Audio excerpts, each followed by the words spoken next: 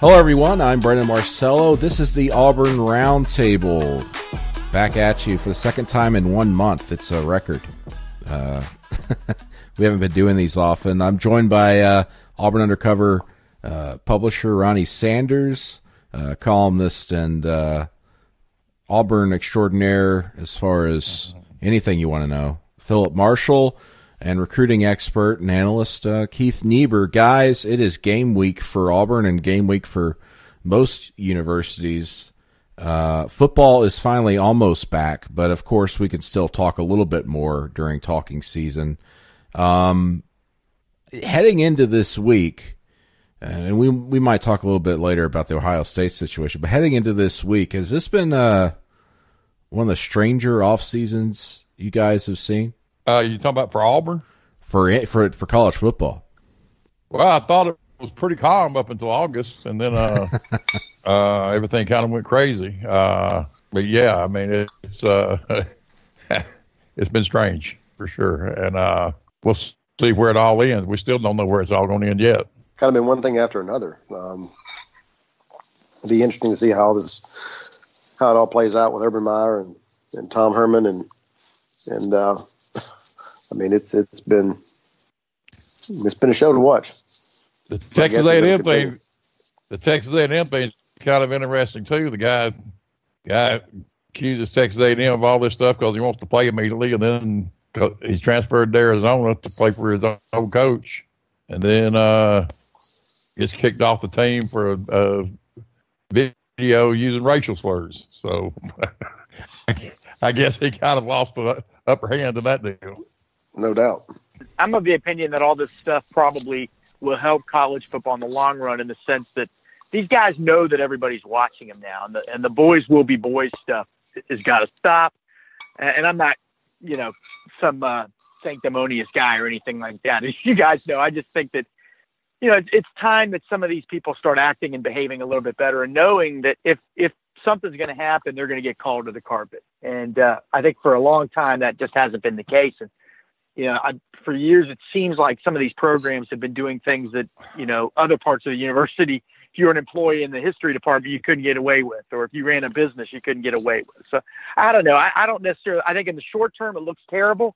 In the long term, it may be one of the things that college football needs to sort of get on the good path. That's just my opinion. Well, I think sometimes people forget that most of these coaches, not all, but most, are former players.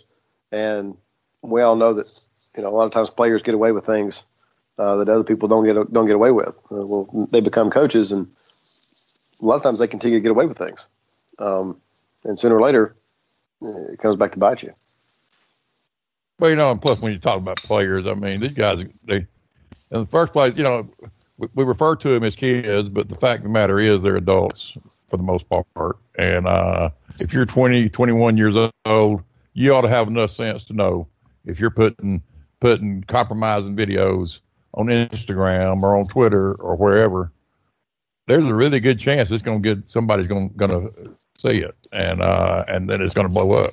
And I just it's amazing to me the number of people that get themselves in trouble by what they put online, because it's just so easy to avoid that. Just don't do it. And that's been a hot topic ever since Twitter started catching fire, 8 years ago or so, about how this is all going to cut. Something you post even as a teenager or in the past, is going to come back and bite you. And now you're starting to finally see it, and not necessarily things that, obviously with the kid at Texas A&M and then Arizona, it was something more recent, but you're seeing it now with people digging up tweets on a lesser level, not even athletics. I saw one where when their player that had someone dug something up, he tweeted when he was a kid and he had to apologize for it. I mean, legitimately, when he was like Drew Lock, Drew Lock, that's right, yeah. I personally think that's unfair. I think to dig up something somebody tweeted when they were 13 or 14 years old, and then confront them with it when they're 21 or 22 years old is kind of silly. I don't know. There's a lot of reasons why 14-year-olds do stuff, and just because their friends do it or whatever. I personally, I don't like that, but I know this: if I had stuff like that I remember putting on there, I'd be going and finding it and deleting it as quick as I could. And there are actually companies that they will monitor players' tweets for a fee, and that they go out and clean up social media for the coaches. Watch out. I know. Auburn, at least 5 years ago, had hired someone to do that as far as they were monitoring tweets of the current players at that time to alert coaches of any certain things that they were discussing on social networks. And that's one reason why you never really see any Auburn players tweeting anything controversial, because they've got a system in place that's monitoring that 24/7, and they're letting the coaches know about it almost immediately if something pops up. Yeah, almost you have to now, because if you can't trust them to make good decisions, and some of them you can, some of them you can't, but almost all these major colleges have a monitoring program in place. I mean, and they're paying for it.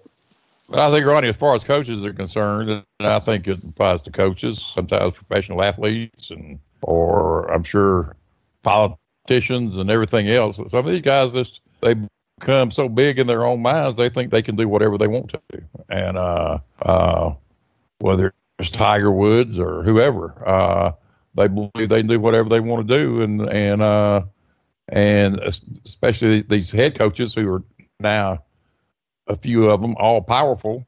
I mean, I laugh every time somebody refers to Gene Smith as Urban Meyer's boss. But they think they do whatever they want to. Whatever decision they make is the right one because they made it. And that's unfortunate. Power needs to be kept in check. We all know that, and as a democracy, we know that. And obviously, with football, it's not politics or anything like that. But I do think that that's somewhat, not necessarily the responsibility of the media, but the media being shut out so much has kind of caused these coaches to a certain extent to feel like they are all powerful, all knowing, and no one can question them, because certainly the media is not around to listen to every little thing that goes on in that office to make them feel like, oh, maybe I shouldn't say this or do this behind closed doors because it's going to get out, or do this in practice or not do this in practice. And of course, we haven't even talked about the situation at Maryland here this offseason. So right. I think that a lot of these coaches, that you got to do checks and balances. And I think part of it, I'm not saying the majority of it, but I think part of it is just the lack of media access that all these big time programs have really given these coaches free reign to do almost what they feel like is right in their own eyes, and then also do things that are wrong that they feel like they can get away with because no one's watching them. I agree. Including getting sex toys delivered to your office somehow. Yeah. Well, the thing that gets, again, I'll go back to the same point. I mean, I don't understand how. I mean, he had to open the package and show them around. So, I mean, he must not be real intelligent. Because I think there's numerous signs that's the case. I mean, I'm guessing that dildos don't show up in boxes with pictures of dildos on them. So you would think it'd come in like a brown box or something. So that means he had to open it up and show it around. Oh man, what can Brown do for you? All right. All right, guys. I think we should change the subject before we get too deep here. Yeah, let's talk some. Here. Let's talk some Auburn football, guys. That's what we're here for. Auburn and Washington, top 10 matchup, a rare top 10 season opener for Auburn, and in Atlanta, third straight trip to Atlanta for Auburn. Of course, there's that storyline, but. Guys, let's just go around the table, and I'll start with you, Phillip. What do you think should be the biggest concern for Auburn heading into this matchup with Washington? Well, I think it's, I don't think where it's being played. I don't think Auburn is going to lack confidence because they're playing in Atlanta again. I don't think that's a big issue, but I think it's the same issues we've known. How is the offensive line going to play against a very good Washington defense, and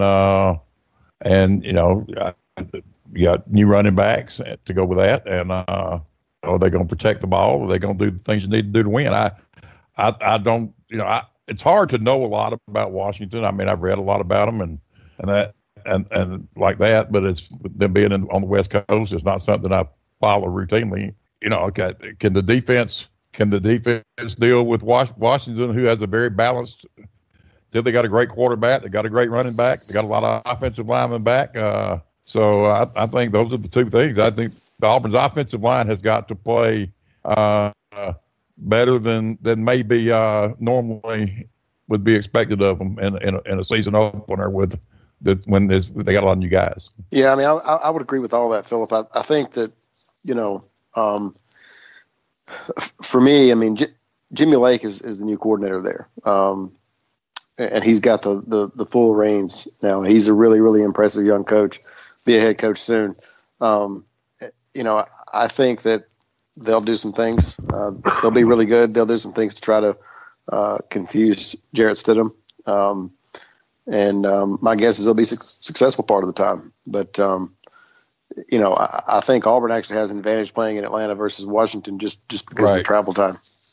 I know, I went to the West Coast several times during the off season, and I'm exhausted by the time I get back. So, I actually think Auburn has an advantage there. Oh, I agree. And they'll obviously have a crowd advantage. I think that I do think it's a shame. The SEC could have prevented Auburn from having to play 3 straight games there. They could have stepped in and gotten Auburn to one of the other New Year's Six bowl games and somebody else to Atlanta, but they chose not to do that, and I'm not really sure why. But I think the 3 straight trips to Atlanta probably bothers the fans more than anybody else. Well, I'll say personally, I think the offensive line can Auburn's running backs pick up the protection. You're going to have some younger running backs in there. Cam Martin's obviously a veteran. And then also missing 2 key receivers. And I know Auburn's got a lot of young, talented receivers, but some of those guys haven't been in this situation, haven't done it before. Will Hastings is fantastic. Eli Stove is very good. So to me, those are the biggest question marks. I don't know about concerns. I mean, you're concerned about everything in the first game of the year in particular. You don't know what you are. You really don't know what you are until at least halfway through the season, let alone what somebody else is or capable of. So I don't know. And, what Phillip's made this point throughout the summer often, that whatever happens in the first game, we all have to make sure we don't rush to too many conclusions, because there's been a lot of good teams that lost in weeks 1, 2, or 3 that went on to win national titles. There were other teams that looked terrible. That look great in those weeks and win 7 and 5. You really don't know. It's a good early measuring stick, but it's not like, the only measuring stick, and won't certainly determine much. But yeah, we'll figure out a lot of things. We'll see a lot of things. We'll see who's going to be, is Gus really going to play these young guys? You guys have been writing about it, and I've been reading your stories, and part of me thinks, I don't know. I'll believe it when I see it. So from the guy that covers recruiting, I'm curious to see which of the young guys actually get on the field, because it does seem like Gus's history is one of where he doesn't really play a lot of those guys. So we'll see. Does he have to play them? Does he trust these guys? So those are kind of the things that I'm following and intrigued about. A lot of those guys. Excuse me, Brandon. Go ahead.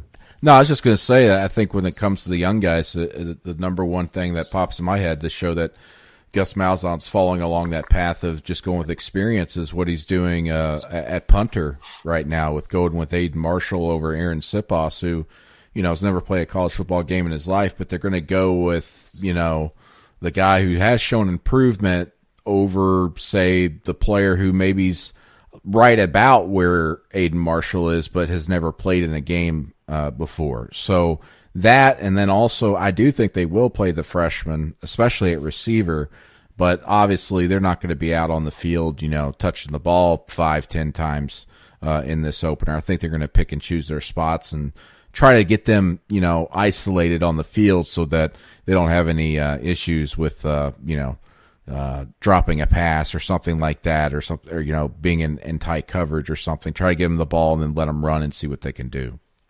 I agree. And plus, I think several of those young guys are likely to play on defense, which really, that's not on Gus. That'll be up to Kevin Steele, and he has said repeatedly that there's guys are going to play, and I think that, I think they will, at safety particularly. But they really like as many veteran defensive linemen as they got. They really like the 2 young guys. So that'll be interesting. They're going to have to play some of those receivers some. they got, Ryan Davis and the other guys that'll start are really good players, but they can't play every snap. You wouldn't think. Yeah, you don't think Darius Slayton and Nate Craig Myers could be out there for every snap. They're gonna have to rotate. Right, exactly. And Whitlow was not a true freshman, but he's a redshirt freshman. I don't think there's any doubt he's going to play a lot. Now, will you see much of Asa Martin? I would say probably not, because that'd be scary. He's a true freshman, and you never know what you're going to get. And he'll probably get his chance next week. It's interesting. You guys have talked a lot about the offensive line going against this Washington defense, and I think obviously Auburn's offensive line would be a concern going into any opener, just because of the how they've had to revamp things on the right side, the slow starts over the last 2 seasons. Though let's be fair, Auburn's not playing Clemson again, and their tremendous defensive lines over the last 2 years. But everything I keep hearing out of the last like 4 or 5 days, guys, is that this offensive line's really gelling together. They'll wait and see till they get on the field, but they feel pretty good actually about what they have. I think the biggest question mark they have right now is at center with Caleb Kim. What do you think, Phillip? I agree. I think Jack Driscoll has been they obviously thought he had a chance to play, or they wouldn't have signed him. But I think he's been even better than what they anticipated he would be. And we don't know about Caleb Kim. He's a 4th-year junior, but he's never really played, and except for in some mop-up situations. I mean, he may be really good. He may not be good enough. I don't know. But I think that, I think Nick Brahms was being hurt, obviously cost him a chance to compete for that job, and he's back now. And so, I don't see him going into a game saying, okay, we're going to play 2 centers. I don't think you do that. But but I agree with you. That's the biggest question mark, because they don't have anybody there who's ever played, and that is obviously a very crucial position.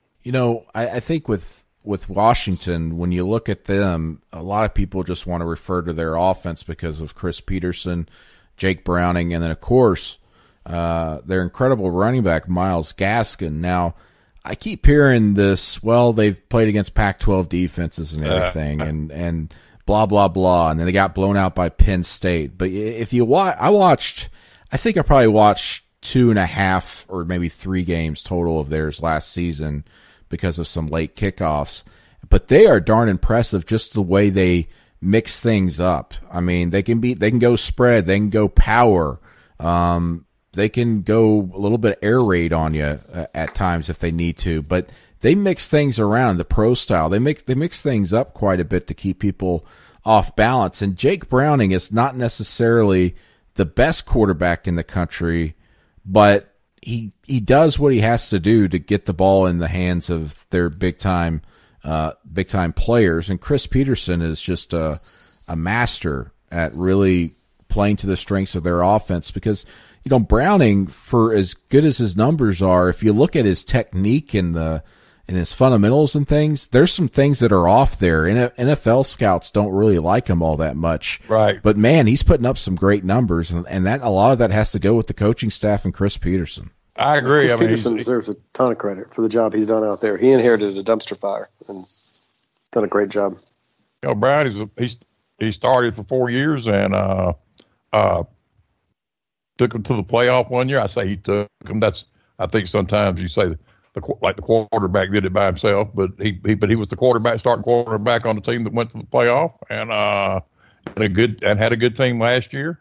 And the NFL scouts are going to like Stidham a lot better than him, but that doesn't mean that Stidham will play better than he does on Saturday. It's good. I'm looking forward to seeing Jarrett Stidham play. Everything I've heard is that he seems to think he's a lot better. The coaches seem to think he's a lot better.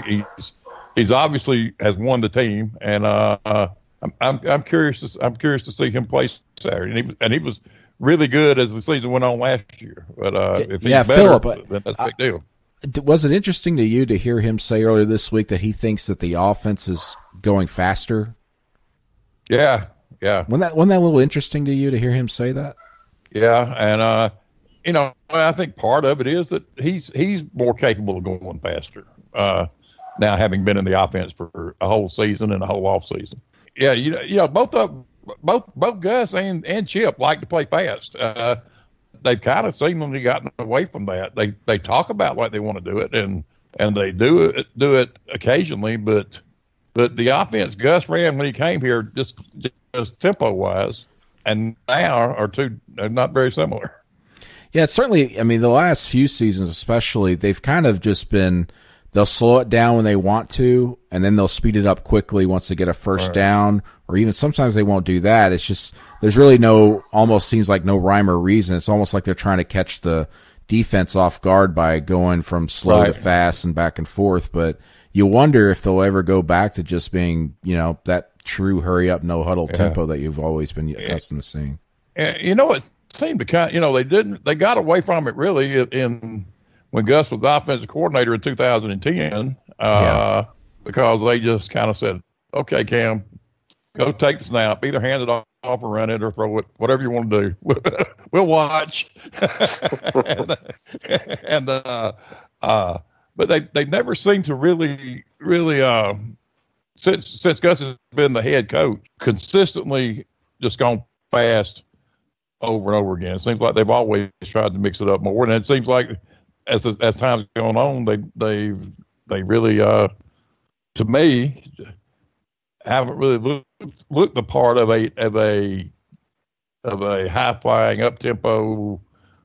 We're gonna gas your defense kind of offense. Guys, this is funny. I just had to bring this up. I've got people on Twitter right now blowing me up because on Reddit there's a thread apparently going around. I think it's fake news, as they would say, but that Chris Peterson had it written in his contract to make sure that the roof is closed at the Chick-fil-A Kickoff Classic so they didn't have to deal with the humidity. Isn't that the silliest thing you've ever heard? Makes sense to me.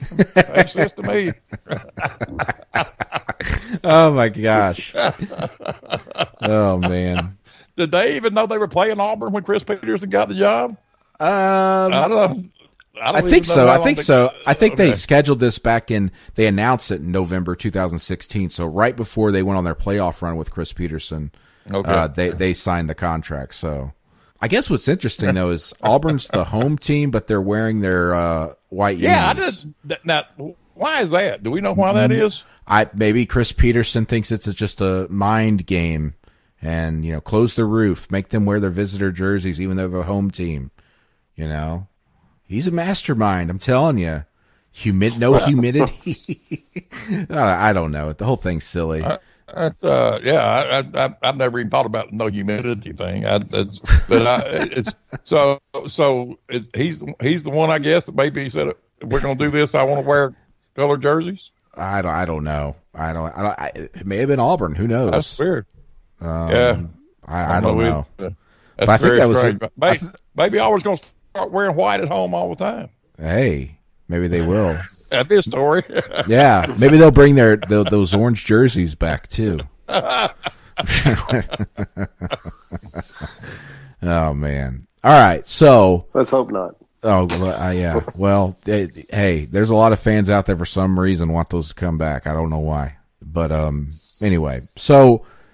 Guys, we'll have our predictions and our fearless forecasters, but after sitting around all summer and looking at all these matchups and listening to the players, talking to people behind the scenes, how do you guys kind of see this one shaking out? I'll start with you, Phillip. Who can run the ball and who doesn't turn it over? There you go. That's really what I think is the key to the game, and neither one of them is has a. Gaskins has obviously been a great back. He's gained 1,000 yards in 3 straight years, but he's not they got to get him in space because he's not a big guy, at least for Cal Martin. That's a similar situation. So it's hard to see either one of them just lining up and saying, all right, get bucket your chin strap, we're just going to come right at you all game long. But I think that's the key to the game. If you can run the ball with either one of those quarterbacks, if you can run it, you really give yourself a chance, the quarterback a chance to have success throwing the ball. If you can't, and of course turnovers always. That's And that's a particularly big deal, I think, in the first game. Ronnie, what do you think? Yeah, I mean, I agree. I think, how quickly does Auburn's offensive line gel? And then, defensively, the thing that always kind of stood out to me was Mike Bellotti told me one time, he said, all this stuff about the SEC having more speed than the Pac-12, it's just a bunch of bull. He said, but the difference in the leagues is the defensive line. And so, how much better? My question is both offensive lines. How quickly does Auburn's gel, and is Washington's as good as it looks against Pac-12 competition? Does it look the same way against Auburn? My guess is that it doesn't, but we'll see.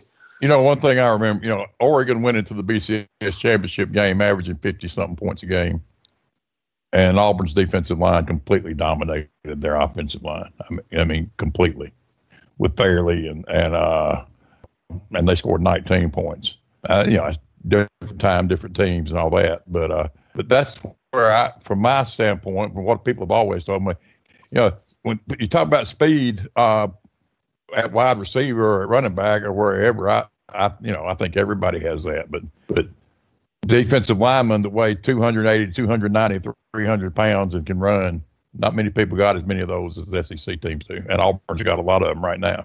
Yep. Well, I don't really have much profound to add. I mean, it's really a coin toss. Again, you're going to the first game. You don't really know much about either team. I mean, you think you do. You know about individual pieces, but, no team is the same from year to year. So, you really don't know.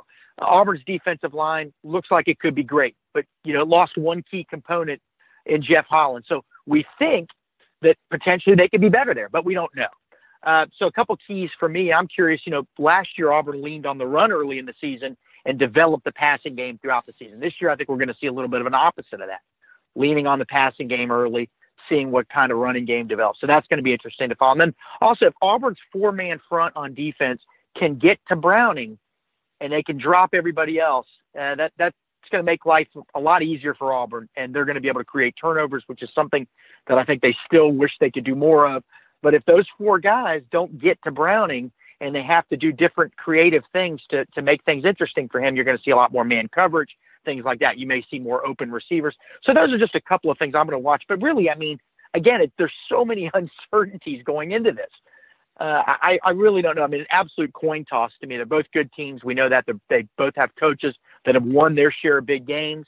They both have fan bases that think those two coaches haven't won enough big games. So it's a really fascinating opening. It kind of reminds me, guys, Phillip, growing up in the 80s, when you saw a lot of these intersectional games, a lot more, I think, than you do now. We were promised with the 12th game that we'd see a lot more of these, and I don't think that's the case at all. I think through the years, what has happened is with these extra games, people are playing more cakewalks, and you used to be able to look at an SEC team schedule and you'd see one East Tennessee State, and you'd see 10 games against pretty good teams, and you don't see that anymore. So I love matchups like this. I can't wait for it. It's I think the neutral site games seem to be kind of losing their allure somewhat. I mean, after Auburn plays, I guess, Oregon next season in Dallas and North Carolina back in Atlanta in 2020, then they got 8 straight years of home and home with California and Penn State and Baylor and UCLA. And I think Alabama's moving in that same direction. So I think maybe you're going to see a little bit more of that. But Auburn historically, and it's not just Malzahn, actually, it's just Malzahn. I mean, it's happened for a long time, has had some issues in big games and openers. I mean, they lost to Georgia Tech in the first game of 2005 after going undefeated.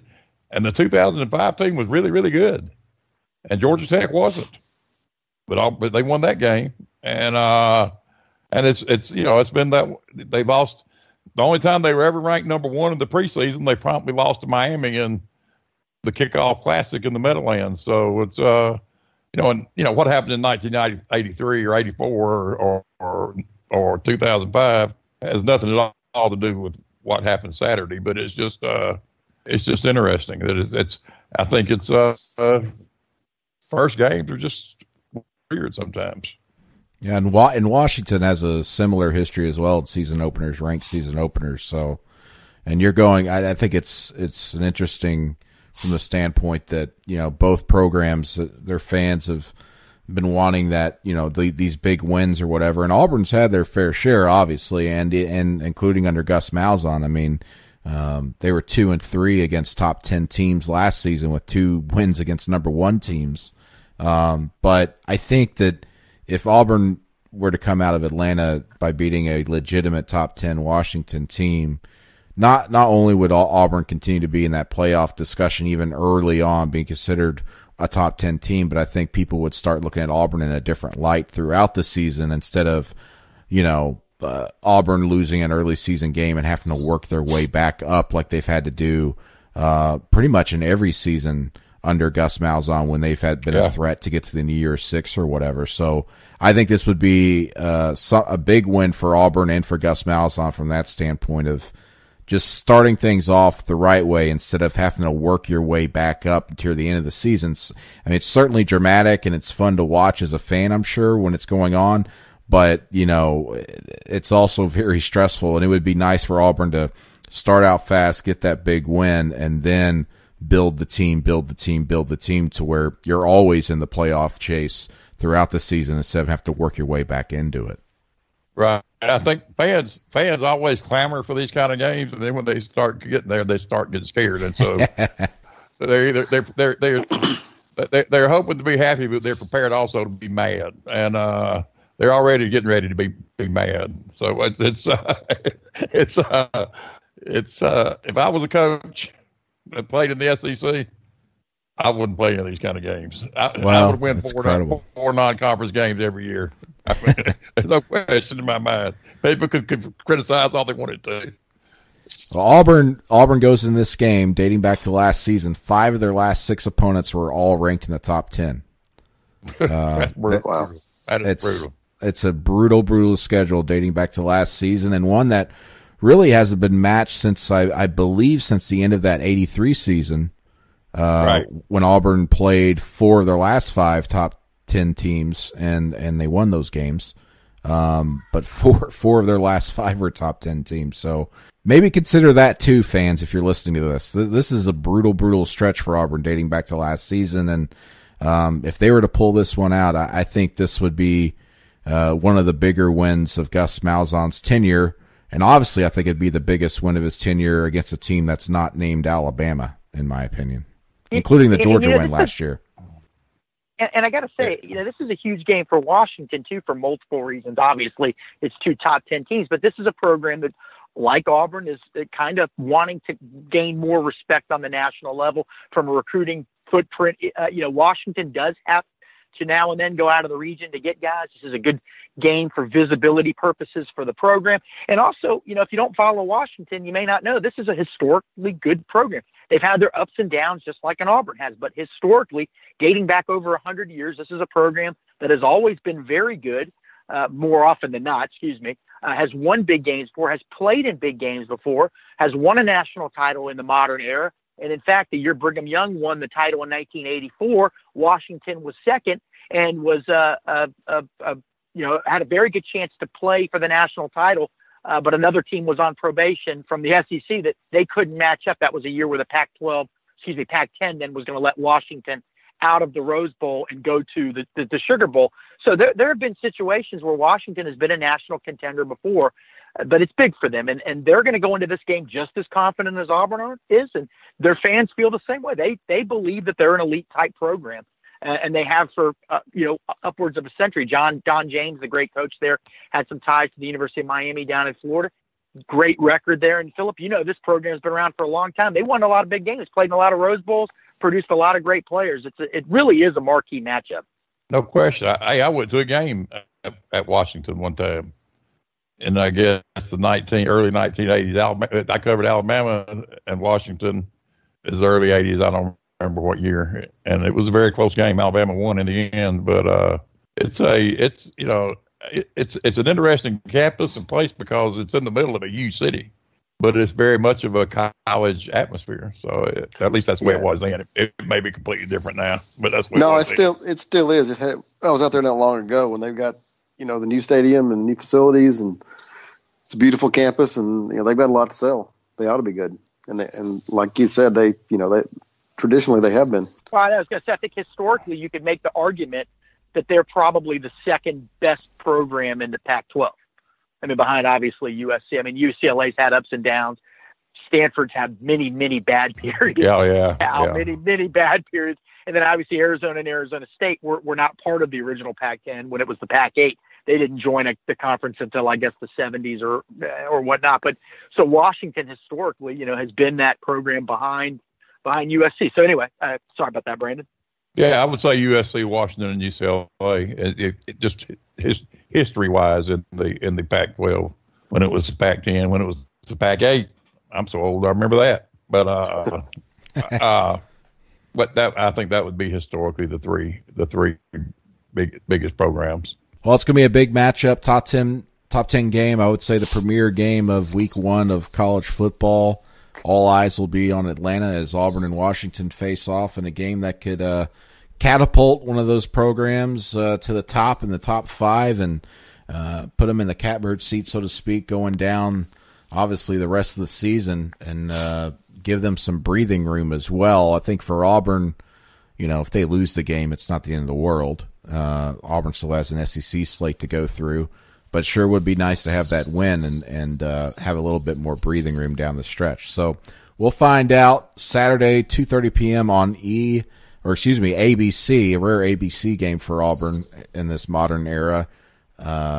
In Atlanta, we'll be there. Check out auburnundercover.com for full coverage, of course, and looking forward to seeing Keith in Atlanta, in his hometown there. And Phillip will be joining us as well in Atlanta. Should be a good time, guys. Thanks, everybody, for listening to the Auburn Roundtable. We'll see you down the road at some point.